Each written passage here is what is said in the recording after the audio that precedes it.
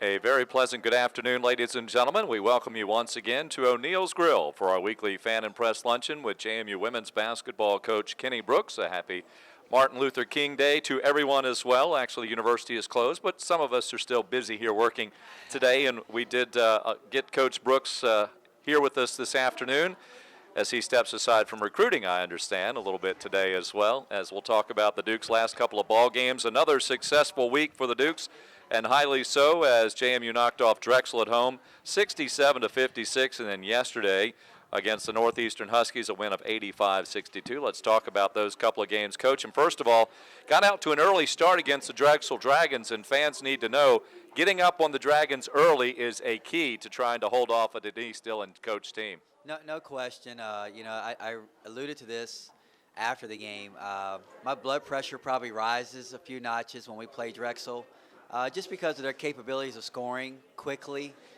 The way they run their offense, they rely on you making mistakes, getting backdoor cuts, things of that nature, and then as soon as you start protecting the lane, they get free for a lot of three-point shots. And even a 10, 12-point lead can evaporate very quickly against them because they're so deadly from three-point land.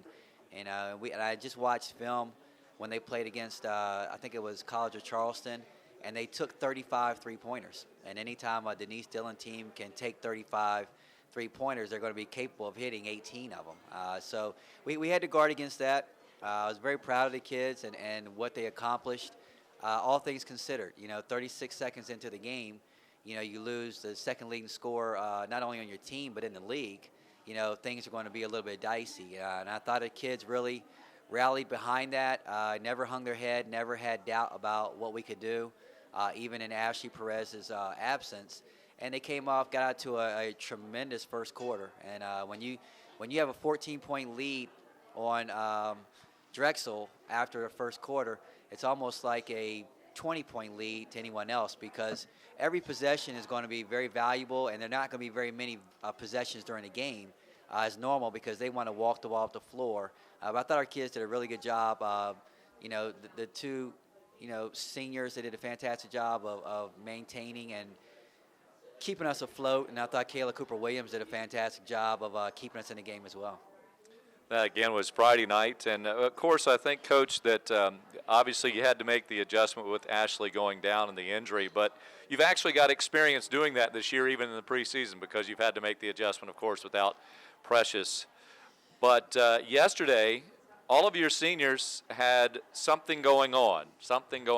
There was more than the game for the Dukes yesterday, if you care to explain for us. Well, it's a very talented, celebrated group of seniors. Starting with Precious Hall, Angela Mickens. Precious obviously has a torn ACL, hasn't been with us all year. We knew Ashley Perez was going to be out for the game with a severely sprained ankle. Muff Mickens, she played as well as she did, and congratulations to Muff as being the player of the week, well deserved. But she had a little bit of bout with either food poisoning or a little stomach virus on Friday night, and halftime she was getting an IV, so she still had residual effects of that situation on Sunday. Destiny Jones was not in attendance because she was sick with a stomach virus. Didn't even come to the Convocation Center on Sunday. And then I woke up with a text that Jasmine Guathmy had a severe migraine. And when we got there, we didn't know if she was going to be able to participate in the game or not. And that's my whole senior class. And they all had something going on. I kind of joked a little bit later, they're all just getting old, and they all have issues and problems. But, that left us with, a cast of characters who really has not had to step up and perform in prominent roles. But, very, very fortunate, very happy that we have a group of seniors who just not only love this program, but they love playing in front of the JMU Nation. And, the performance that Muff and Jasmine Guathmy gave was, one for the ages. I was very proud, too, that the crowd gave them a standing ovation when I prematurely took them out of the game and then put them back in the game and then took them out again. But it was well-deserved. They both played tremendous, all things considered, throughout the weekend. The whole team did throughout the adversity against two very good basketball teams. I think we look at the situation where Drexel, they're really good. Pick number 2, to be able to come away with the win. in that fashion, and they turned around and they beat Elon by 30 points, I think it was, on Sunday. And then Northeastern has just come off a win against William & Mary, the only team that had beaten us already. So two really good wins through adversity. I thought we grew up a little bit this weekend. I think it's going to pay dividends for us down the stretch. Yeah, I think Kelly Cole in her second year at Northeastern, she has brought a pretty good style of basketball. She's got some good players, young players. I thought were pretty impressive yesterday that we'll see in the future as well. The turn of the tide in that game yesterday, Coach, seemed to be in the second quarter when you got a chance to run a little bit, and I think that was sparked by Muff Mickens. When you got the floor open, your athleticism was overwhelming to what Northeastern was doing because, after all, they were packing it in defensively in that first quarter. Well, I thought it took us the first quarter to figure out our identity for that game, and with the short turnaround with Ashley's injury, we didn't have time to prep. We didn't have time to practice to see who was going to fill in. We actually put Tasia Butler into the starting lineup, but she didn't have any chances to get any up and down running and feeling out what it's going to be like with the first team in her position. And then when Jasmine, was not able to participate in the walkthrough on Sunday morning, we really didn't know what we were doing. We were just kind of walking through and hoping what the situations were going to be. So the first quarter, we were kind of feeling our way through it. I thought Haley Barron had a couple shots that she was hoping was going to go in as opposed to knowing it was going to go in. And I thought in the second quarter, we really got going. Actually, a little bit in the first quarter, maybe second quarter. I thought Haley was a big key to that. When she hit her first three, as soon as she let it go, I felt like it was going in because of her demeanor before the shot. She looked like she knew she was going to make it. And she really sparked us to get us going in that second quarter to pull the game back. A 12-point deficit, and I think we cut it to 2.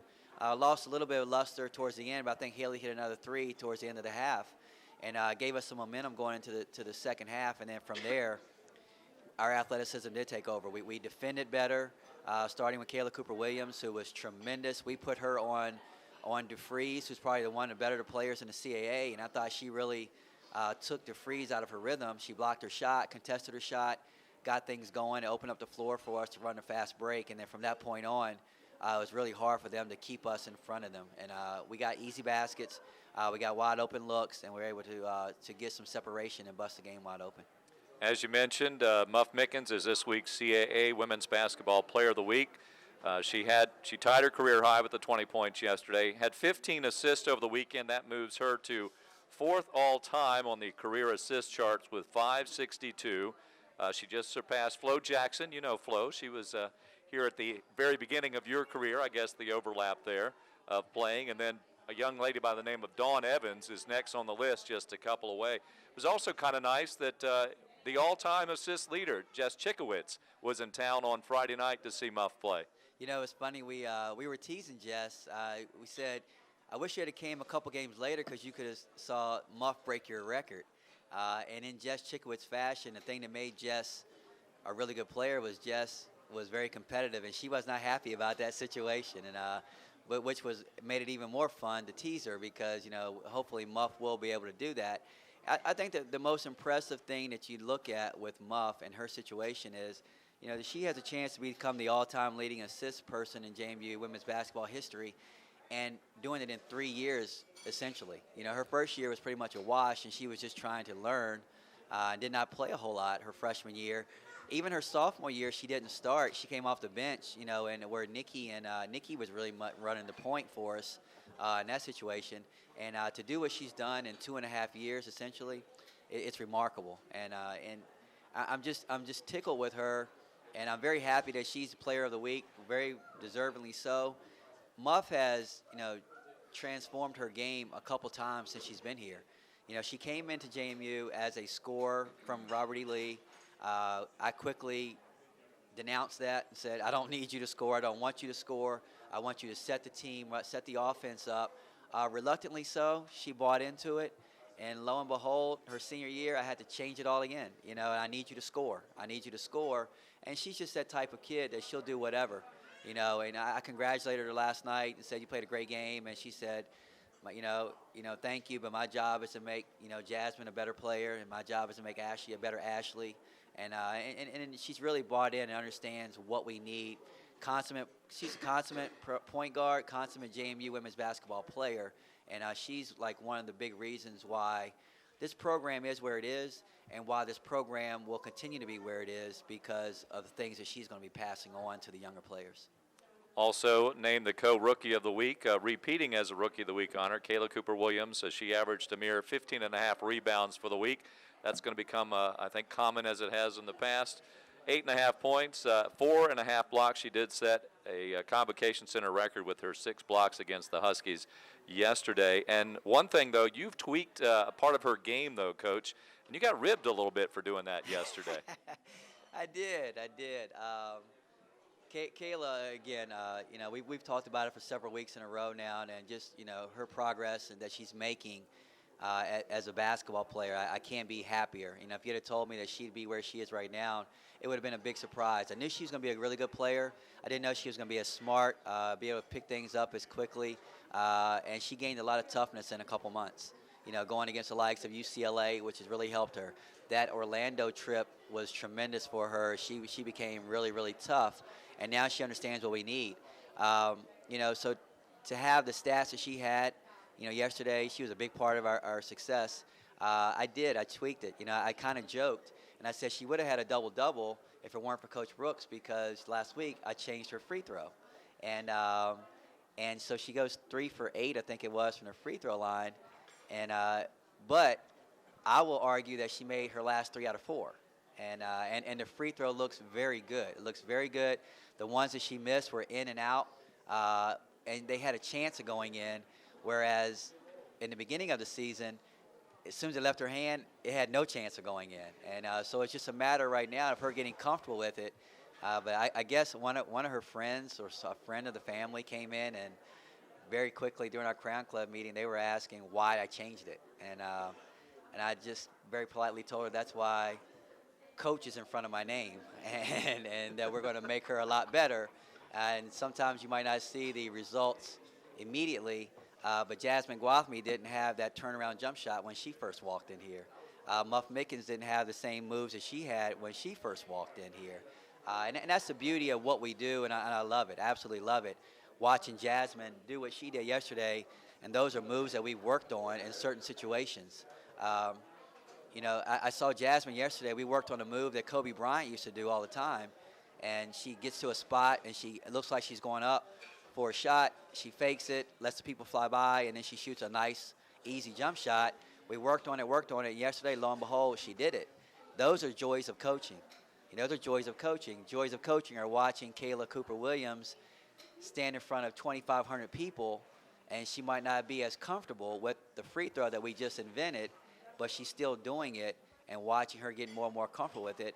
And I predict, before it's all over with, she'll be a 70% free throw shooter, whereas if we had let her continue to go on what she was doing, maybe she'd be a 50% free throw shooter. So those are joys. Those are joys of coaching. Those 3 kids I just mentioned, along with the other ones, they buy into what we're selling, and therefore they become much better basketball players. Well, and where she plays, she's going to get to the free throw line. There's no doubt about it, because she's in there amongst everybody else, and the way that she defends as well.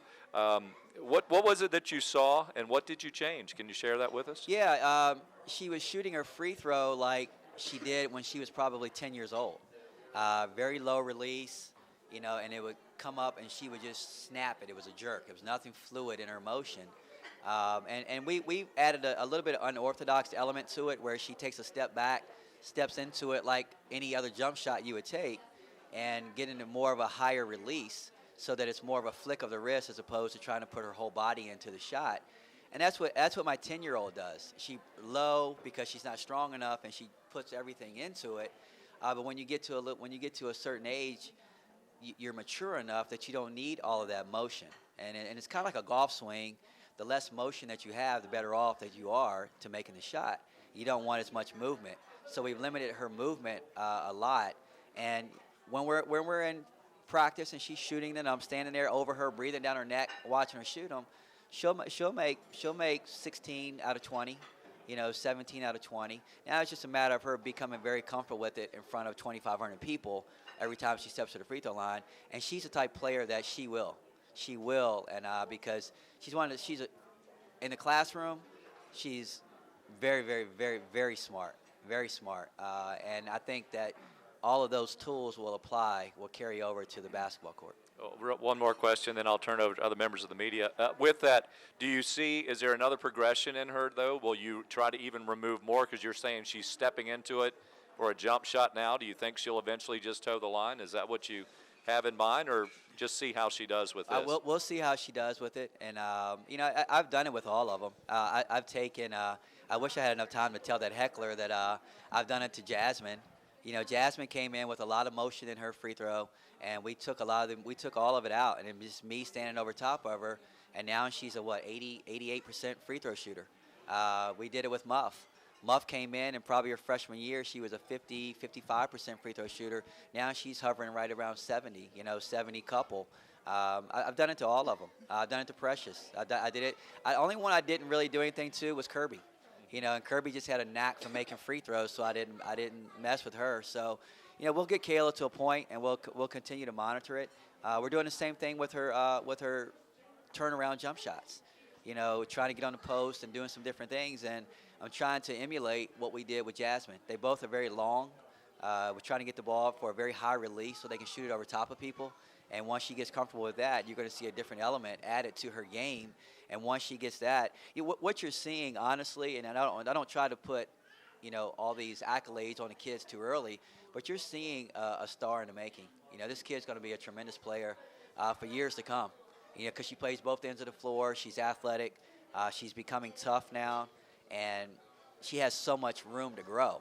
She's nowhere near a finished product, and she's gonna be an all-conference player in this league. And I'm just tickled with what she's done and her progress that she's made in only a couple months. Well, you've certainly had your fill of them, and you'll continue on, I'm sure, with that caliber of player with Kayla Cooper-Williams and other JMU Dukes. Let's turn it over to other members of the media here at O'Neill's Grill. Well, Coach, with all the uncertainty that you had coming into the last couple of games, did you see maybe the light go on for a couple of players where they might have taken that next step into becoming the players you want them to be? I did. I really did. And going into the game, I'll be very honest, I didn't know where it was going to come from. I knew we needed a spark, and I didn't know where it was going to come from. Haley Barron had been struggling leading up to this basketball game. We needed a spark from her, and 3 minutes into her actual playing time, I didn't see it. And then all of a sudden, something just clicked, and her whole demeanor changed.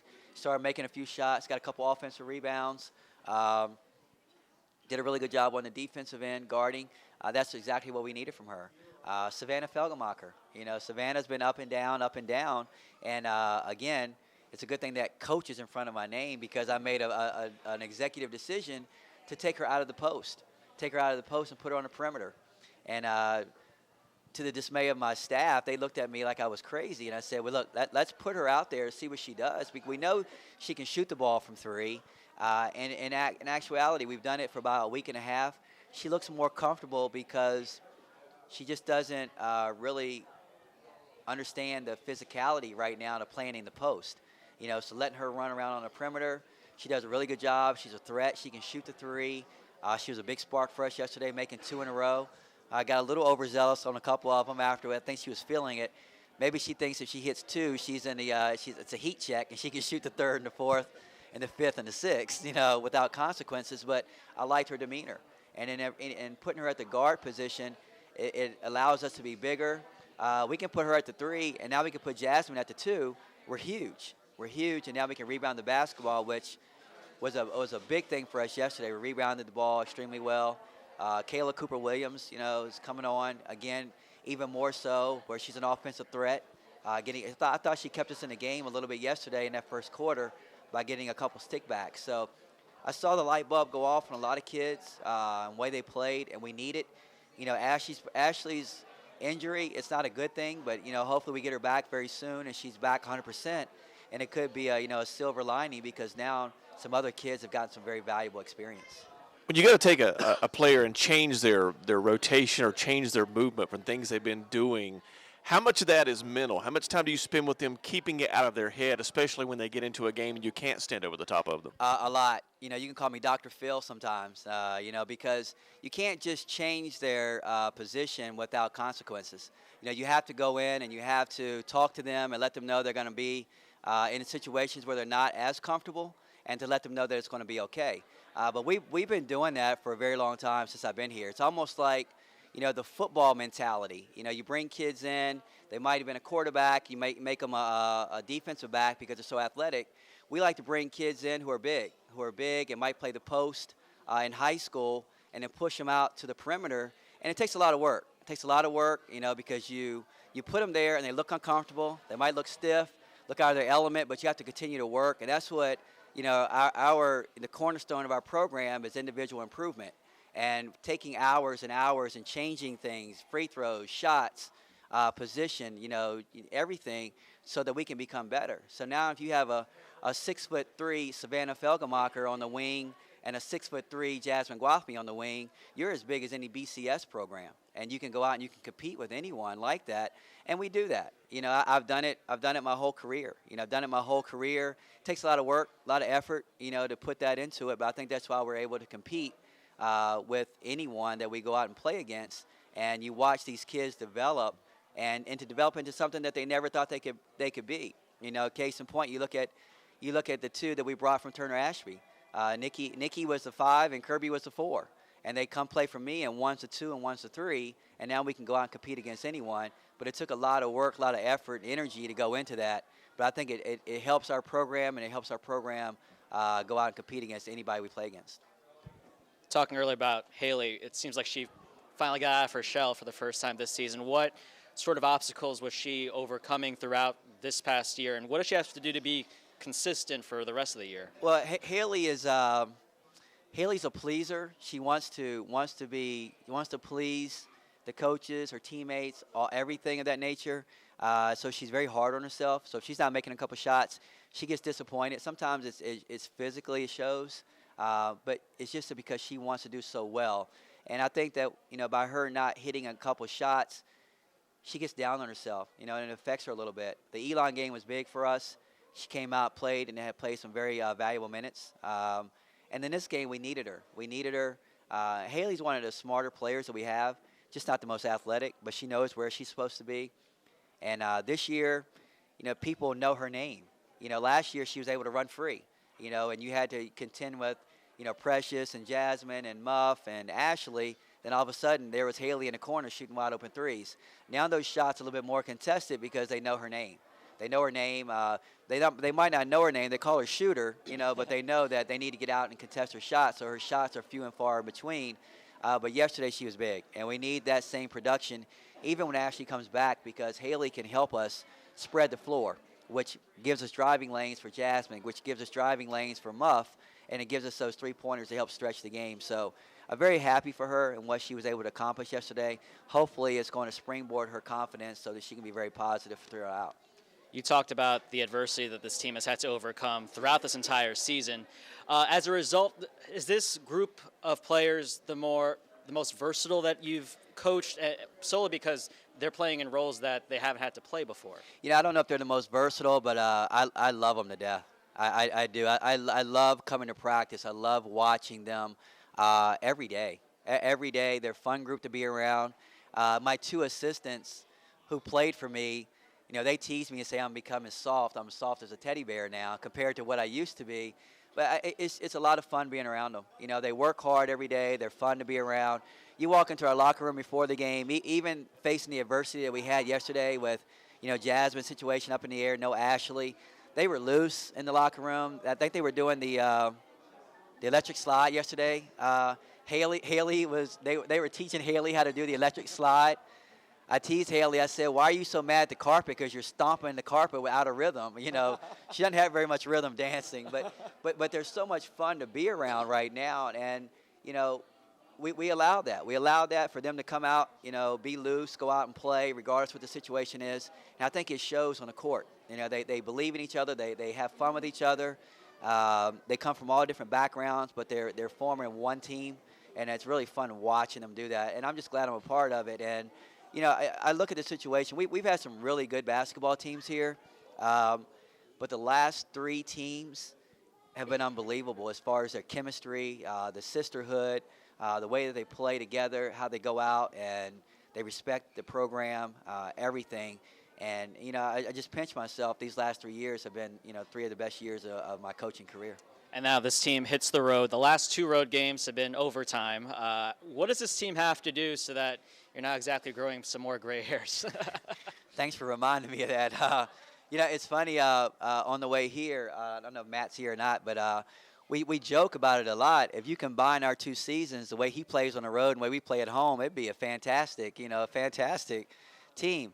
By the way, it was a really good weekend for JMU basketball, period. Watching his 2 games, the way that the men played. And it's funny because, a lot of people don't realize, I guess I've been associated with the women's program for so long that I still have a lot of pride for that men's program. That's the same locker room that I walked in and played in. And, when the guys play well, I let them know. When they don't play well, I let them know. That's my right as an alum to do so. But I was very proud of them and the way they played this weekend on the road. It was fun watching them, but it was a good weekend for JMU basketball. So, I think our kids have grown up, especially the last 2 weekends being on the road and what it takes to perform well on the road. I think we have the players to do it. With Way Jasmine is understanding her role now.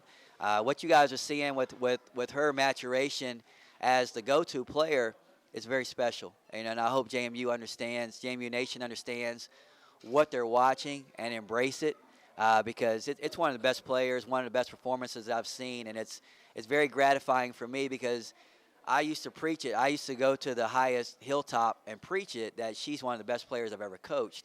Now she's getting the opportunity to display that. And, the game yesterday, I hope everyone enjoyed it. It was fantastic, her performance. And I think you're going to see more and more performances like that from her. And because she's understanding that she's the best player in the league. Muff Mickens, same way. So I think we'll be fine. I think we'll be fine as long as we continue to grow. Everything is going to be a learning tool. And look at it, and then hopefully we can win while we're learning. Coach, one last question. This weekend, you're on the road. You're going to face Towson on Friday night and then go to the College of Charleston for a Sunday game. They're not exactly in the same neighborhood. So what do you do travel-wise this weekend? It's very difficult. That was a head-scratcher when we saw that, situation.